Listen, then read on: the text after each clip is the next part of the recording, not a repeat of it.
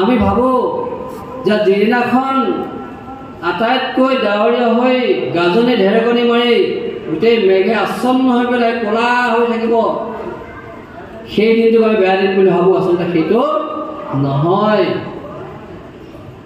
সেইটোহে দিন আমাৰ কাৰণে দুৰ্দিন। যিটো দিনত আমি প্ৰাণান্ত কোনো কাৰণতে ভগৱন্তৰ নাম এবাৰ উচ্চাৰণ নকৰিলোঁ, সেই দিনটো আমাৰ কাৰণে আটাইতকৈ দুৰ্দিন, সেই দিনটো আমাৰ কাৰণে আটাইতকৈ বেয়া দিন। যিটো দিনত আমি এজন ভকতৰ সংগ নাপালোঁ, এজন ভকতৰ লগত ভগৱন্তৰ কথা আলাপ কৰিব নোৱাৰিলোঁ, ভগৱন্তৰ নাম নললোঁ, যাৰ কাৰণে আমাৰ দিনটো বৃথা হ'ল।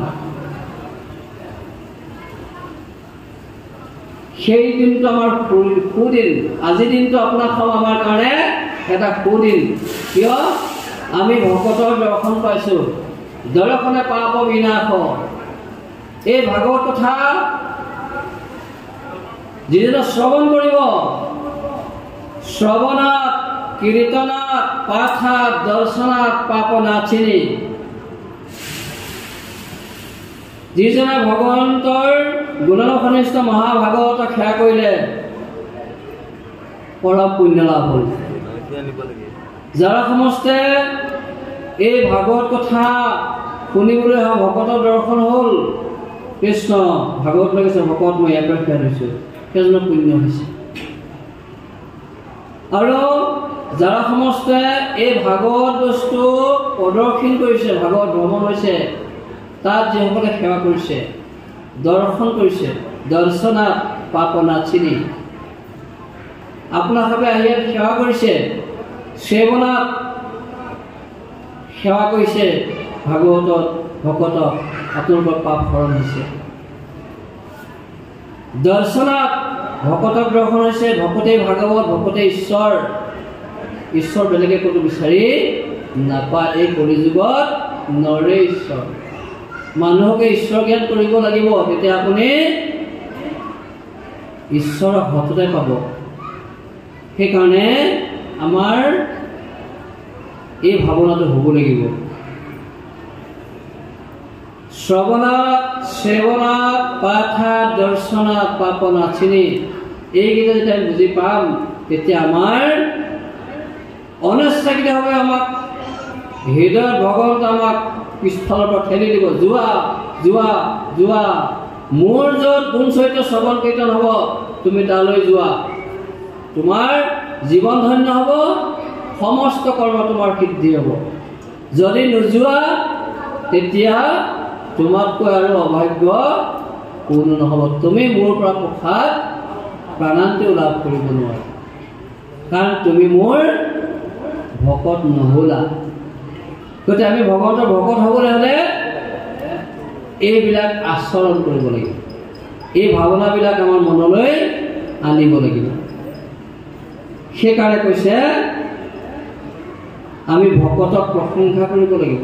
কিন্তু আমাৰ পলিমলত থকাৰ কাৰণে আমি ভকতৰ দোষ দেখোঁ, আমি ভকতৰ দোষখিনিয়ে দেখোঁ।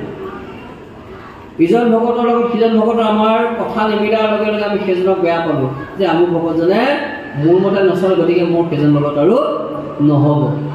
সেইটো নহয়। আচলতে ভকতত কোনো কাৰণতেই এই কথাবিলাক নাহে। সদায় ভকতত ভকতি দানে কৰোঁ গুৰু দায়া তনয় অধিক, এয়া গুণমালা লিখি থৈছে। কি বুলি? যে যিজন লোকে ভগৱন্তক অতি শ্ৰদ্ধাৰে ভক্তিভাৱেৰে সৈতে সেৱা কৰে, পূজা কৰে, বা ভগৱন্তৰ গুণনাম শ্ৰৱণ কীৰ্তন কৰা স্থানলৈ যায়, ভগৱন্তৰ ভকতৰ লগত বহি ভগৱন্তৰ গুণ চৰিত্ৰ শ্ৰৱণ কীৰ্তন স্মৰণ আদি এই নৱী ভক্তি সৈতে ভগৱন্তক ভজনা কৰে, সেইজন ভগৱন্তে সেই ভকতক যেনেকৈ পিতৃ মাতৃয়ে নিজৰ সন্তানটো যিমান বেয়া হ'লেও যিমান আপোনভাৱে লয়, মৰম স্নেহ কৰি আদৰ কৰে, তেনেকৈ ভগৱন্তে আমাকো তেওঁৰ নিজৰ সন্তান হিচাপে অতি আদৰ অতি মৰমেৰে আমাক পুত্ৰবধ পালন কৰিব। চব কম কথা। এইবিলাক কথা ক'বলৈ আমাৰ হৃদয় এটা কঁপনি উঠে, যাৰ কাৰণে আমাৰ কথাখিনি ক'বলৈ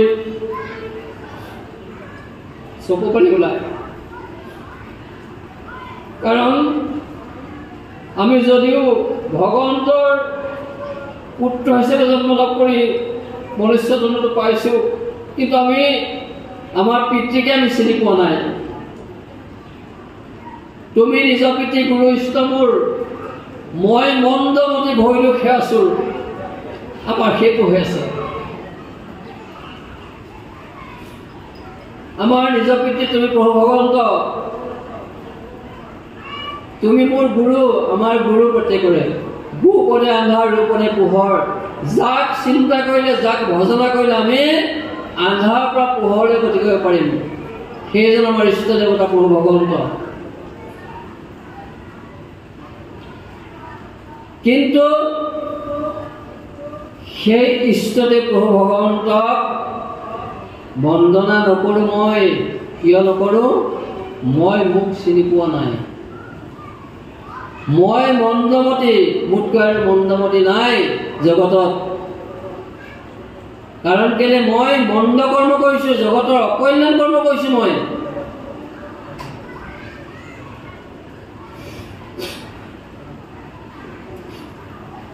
যিবিলাক কৰ্মৰ কাৰণে মই মনুষ্যত্ব প্ৰাপ্তি হৈও মই অমানুষৰ কাম কৰি মই মানুহৰ নিচিনা হৈ মই জগতৰ অকল্যাণ চেষ্টা কৰি মনুষ্য জন্ম বৃথা কৰিছোঁ। আৰু যাৰ কাৰণে পৰলোকৰ বৃত্ত ভগৱন্তৰ ওচৰলৈ যোৱাৰ পথ ৰুদ্ধ।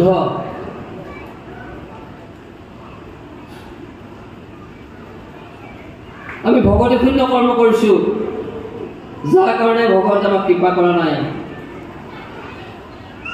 সেইকাৰণে আমি ডিঙিৰ পৰা ওপৰ কেৱল মুখখনে জিভাখনে কৃষ্ণ বুলি ক'লে নহ'ব। সেই কৃষ্ণ শব্দটো আমাৰ হৃদয়ৰ পৰা আহিব লাগিব। হিয়াৰ মাজে নামৰ ভাণ্ডাৰ মুখে বাজ হয়, ৰাম নামে মাৰ নামাৰে পাপৰ কত কৰ ক্ষয়। গুৰুজনাই লিখি দিছে। কিন্তু আমাৰ হৃদয়ৰ পৰা নাম বস্তু যদি প্ৰকাশ নহয়, মুখেৰে কিন্তু নহ'ব। সেই নাম গালো নাম গোল ৰুই তাৰ নাই আঠি গুৰি। শিপা নথকা গছডাল উভালি পৰে, সকলোৱে জানে। গতিকে আমাৰ দৃঢ়তাটো হৈছে, আমাৰ সুদৃঢ় বিশ্বাসটো হৈছে আমাৰ শিপা। সেই শিপাডাল আমাৰ মজবুত হ'ব লাগিব। সেই শিপাডাল হৈছে ভাগৱত ধৰ্ম, যিটো কথা বৰ্তমান আলোচ্য বিষয়। কৃষ্ণ ধন্য নৰপতিমতী উত্তম তোমাৰ, পচি নহা যিটো কথা সংসাৰতে খাৰ। হে নৰপতি তুমি ধন্য, তুমি উত্তম, নৰ ভিতৰত তুমি উত্তম। সেইটো কাৰণে তুমি নৰোত্তম হ'ব পাৰিলা। জগতত ঢেৰ ৰজা আছে তোমাৰ নিচিনা, তোমাৰ নিচিনা নৰৰূপ ধাৰণ কৰি বহু লোক আছে, কিন্তু তোমাৰ দৰে মোক এই জগতৰ কল্যাণকৰ প্ৰশ্নকেইটা সুধি কিন্তু জগতৰ কল্যাণ কৰিব পৰা লোক কোনো নোলাল। ওলালে কেৱল মাত্ৰ তুমি। সেইকাৰণে তুমি নৰোত্তম, তুমি নৰৰ উত্তম। আৰু তোমাৰ সান্নিধ্য পাই ময়ো কৃতকৃত হৈছোঁ। মোৰ যিখিনি অভাৱ আছিল, সেই অভাৱখিনি মোৰ আজি সন্তে পূৰণ হ'ল। এয়া সুখৰ বাণী, মানে এয়া পৰীক্ষিতক সাধুবাদ কৰিছে, তেওঁক প্ৰশংসা কৰিছে। আৰু তুমি মোক যিটো কথা সুধিলা, এই কথাটো সোধা প্ৰশ্নটো তুমি নিজৰ কাৰণে কৰা নাই। এই প্ৰশ্নটো কৰি তুমি নিজেও তৰিলা আৰু জগতৰ কল্যাণ কৰিলা। জগতৰ কল্যাণ কৰিবৰ কাৰণে তুমি যিটো প্ৰশ্ন কৰিলা, সেইটো জগতৰ সাৰ। সেইকাৰণে আমিও যিখিনি কৰ্ম কৰোঁ, যিখিনি কথা বাৰ্তা আলাপ কৰোঁ এই কথাখিনি নিজৰ লগতে যাতে আনৰ 10জন নহ'লেও 2জনৰ উপকাৰ হোৱাক আমি কৰ্মখিনি কথাখিনি পাতিব লাগে, ক'ব লাগে বা কৰ্মখিনি সাধন কৰিব লাগে। তেতিয়া আমাৰ কৰ্মখিনি সৎকৰ্মলৈ ৰূপান্তৰিত হ'ব আৰু যিখিনি কৰ্ম ভগৱানৰ প্ৰসাদ আমাক নিশ্চয় দিব, আমি বিচাৰিব নালাগে। মুখ্যৰ সাধনতে জগতৰ হিত লভিল মুকুতি যিটো তাহাৰ বাঞ্ছিত। মুখ্য সাধন টান কথা, মুখ্য সাধনটো বৰ টান কথা। ধৰ্ম অৰ্থ কাম মুখ্য, চতুৰ্বৰ্গৰ শেষৰটো মুখ্য। আমি যথনি ক'লো যে শ্ৰীমদ ভাগৱত, এতিয়া ভাগৱত হ'বৰ কাৰণে আমি শ্ৰীমদ কিতাপ ল'বৰ কাৰণে কিমানখিনি প্ৰযত্ন কৰিব লাগিব। সেই প্ৰযত্নখিনি কৰাৰ পাছতহে আমি নিজে ভাগৱত হ'ব পাৰিম। গতিকে মুখ্য ভক্তি হ'বলৈ হ'লেও আমি সেইখিনি একেখিনি পথৰ যাত্ৰী হ'ব লাগিব। মুখ্যটো এনেই নাপায়, মুখ্য পাবলৈ হ'লে আমি ভগৱন্তৰ কৰ্মখিনি শুদ্ধভাৱে কৰিব লাগিব। এজন পিয়নৰ পৰা যদি আপুনি দিয় হ'বলৈ যায় তেতিয়াহ'লে আপোনাৰ কামখিনি শুদ্ধভাৱে সৰলভাৱে পৰিশোধিতভাৱে আৰু বিজ্ঞানসন্মত লগতে শুদ্ধভাৱে কৰি যাব লাগিব। যাৰ কৰ্মৰ আধাৰত আপোনাৰ পদোন্নতি ঘটি ঘটি ঘটি ঘটি আপুনি পিয়নৰ পৰা এটা সময়ত দিয় হ'ব পাৰিব। ঠিক আমিও সাধাৰণৰ পৰা সাধাৰণভাৱে ভক্তি কৰি কৰি কৰি কৰি কৰি আমি নিজকে উত্তৰণ ঘটাই আমি মহাভাগৱত হ'ব লাগিব। যি ধৰ্ম আচৰণ কৰিলে আমি সেই স্থান পাবগৈ পাৰিম, সেয়া হৈছে ভাগৱত ধৰ্ম। ভাগৱতক আশ্ৰয় কৰি আমি সেই ধৰ্ম পালন কৰিব লাগিব। আৰু সেই ভাগৱতত কি আছে? পৰম ব্ৰহ্ম ভগৱন্তৰ গুণ নাম সন্নিৱিষ্ট হৈ আছে। সেয়া পুৰাণৰ সূৰ্য শাস্ত্ৰ। সূৰ্যই যেনেকৈ জগতখন পোহৰ কৰে, সূৰ্যৰ অবিহনে যেনেকৈ জগতখন আন্ধাৰ হ'ব, ঠিক ভক্তিৰ জগতখনতো কৃষ্ণ সূৰ্য যেতিয়ালৈকে উদয় নহয় আমাৰ হৃদয়ত, তেতিয়াহ'লে আমাৰ হৃদয় কাষখনত সদায় আন্ধাৰ হৈ থাকিব। এই জ্ঞানৰ পোহৰ কেতিয়া আমি নাপাম। সেইকাৰণে কোৱা হৈছে তুমি নিজ পিতৃ গুৰু ইষ্ট মোৰ। আমাৰ নিজ পিতৃ তুমি, আমাৰ গুৰু ইষ্টদেৱ তুমি, আমাৰ অন্ধকাৰখিনি তুমি আঁতৰাব পাৰিবা। সেইকাৰণে অসতো মাসত গময় তমসোমা জ্যোতিৰ গময় মৃত্যুমা মৃতংগময় শান্তি। এই শান্তিটো ঈশ্বৰ, আৰু ঈশ্বৰ ভজনা কৰি আমি শান্তিটো পাম। সেইকাৰণে আমি এই মুখ্য সাধন কৰিবৰ কাৰণে জগতৰ হিতৰ পথে কৰ্ম কৰিব লাগিব। আৰু সেই জগতৰ কল্যাণৰ কাৰণে যিখিনি কৰ্ম কৰিম তাতে আমাৰ দুবিধ পুণ্য হ'ব। পুণ্যৰ ভাগ দুটা আছে, এটা ক্ষয় পুণ্য, এটা অক্ষয় পুণ্য। ক্ষয় পুণ্য কোনবিলাক? যিবিলাক পুণ্যৰ জৰিয়তে আপুনি থকা দিনকেইটাহে আপুনি জগতত বা লোকৰ মাজত আপুনি জিলিকি থাকিলে। আপোনাৰ চাকৰি আছে, আপোনাক সকলোৱে ৰিটায়াৰ হোৱাৰ পিছত আপোনাক গুৰুত্ব দিবনে কোনোবাই? যিমান পদবীধাৰী হ'লেও আপোনাক গুৰুত্ব কিন্তু নিদিয়ে। দিব, কিন্তু আগতে যেনেকৈ আছিল আকৌ তেনেকৈ নিদিয়ে। কিয় নিদিয়ে? আপোনাৰ সেই স্থায়িত্বটো নাই। এইবিলাক ক্ষয় পুণ্য। কিন্তু আমাৰ ভক্তি কৰিবৰ কাৰণে পুণ্য, অক্ষয় পুণ্য বহুভাগে কৰিব পাৰি। এয়া বদান্যতা এটা উদাহৰণ। এই নামঘৰ ভাগত যে তিনিখিনি আমাৰ শ্ৰী প্ৰভুজনাই দান কৰিলে,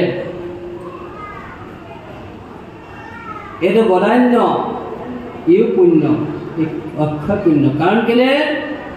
তেওঁৰ যিটো স্ব উপাৰ্জিত বেদ ধন, সেইখিনি তেওঁ খৰচ কৰিছে ক'ত?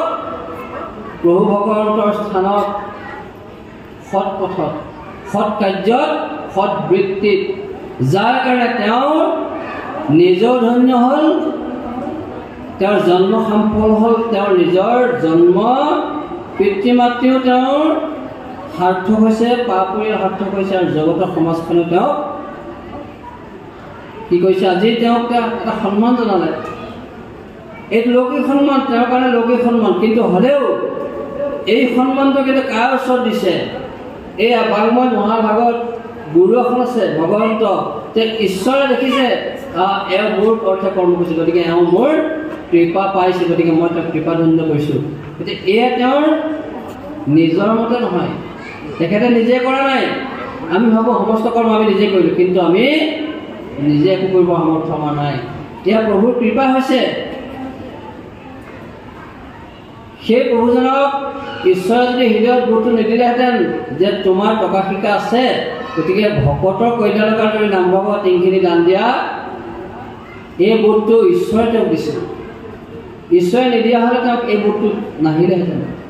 আৰু সেই যে ঈশ্বৰে তেওঁক সেই বোধটো দিলে, পূৰ্বজন্মৰ পুণ্যৰ ফল আছে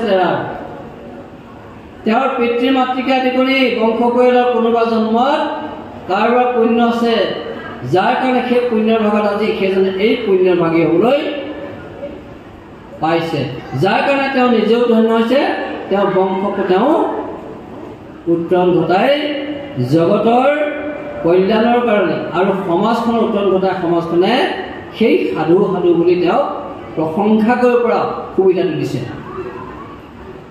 যিটো প্ৰশংসাসূচক বাক্য পৰীক্ষিত সুকে কৈছে, এইবিলাক আমাৰ বাস্তৱিক কথা। গতিকে এইবিলাকত আমাৰ পুণ্য নথকা নহয়, আছে। গতিকে এই পুণ্যবিলাক কৰিব লাগে। আৰু আমাৰ বিভিন্ন স্থানত আমি গছ পুলি ৰোপণ কৰোঁ, সেই গছজোপা এটা সময়ত এজন ডাঙৰ বৃক্ষ হৈ ফল দিব, ফুল দিব, ছাঁ দিব, জগতৰ কল্যাণ হ'ব। এইবিলাক কৰ্ম আমাৰ কৰিব লাগে, সেইবিলাকত আমাৰ ভক্তি আছে। কেৱল ভাগৱত কীৰ্তন দশম ঘোষাৰতী নামঘৰত পঢ়ি প্ৰসাদ খাই থাকিলে আমাৰ ভক্তি নহ'ব। আমি ভক্তি কৰাৰ বহু পন্থা আছে। আমাৰ ওচৰতে চুবুৰীটোত নিজে আমি দুপচি খাইছোঁ, কিন্তু ওচৰৰ ঘৰে এসাঁজ খাবলৈ পাইছে, এসাঁজ খাবলৈ পোৱা নাই।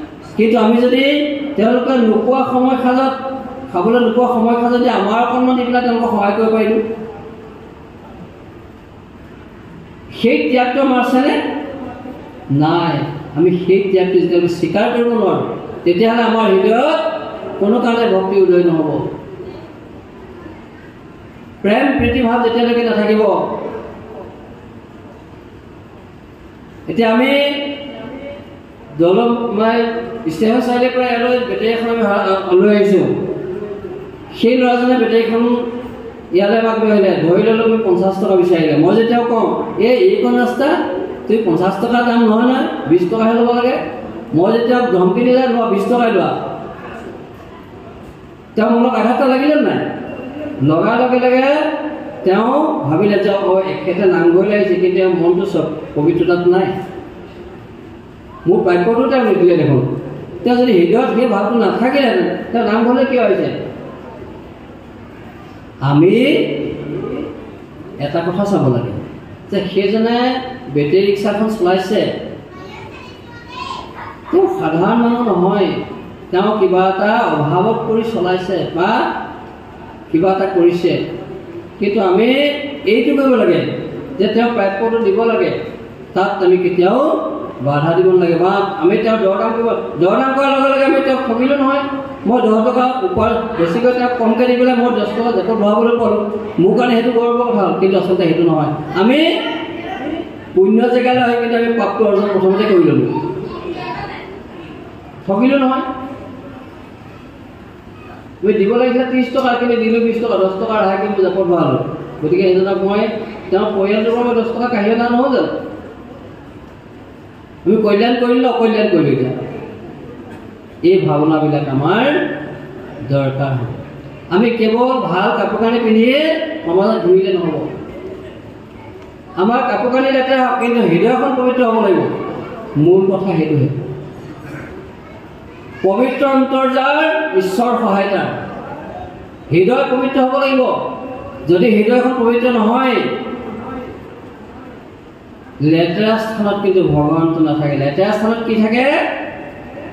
কুকুৰ কাউৰী। চুৱনি পাতটো ইমান লেতেৰা জেগা, আমি খাই উচিষ্টবিলাক চুৱনি গাঁতত পেলাওঁ। উচিষ্ট গৰ্তটো কৰি অতি অপবিত্ৰ।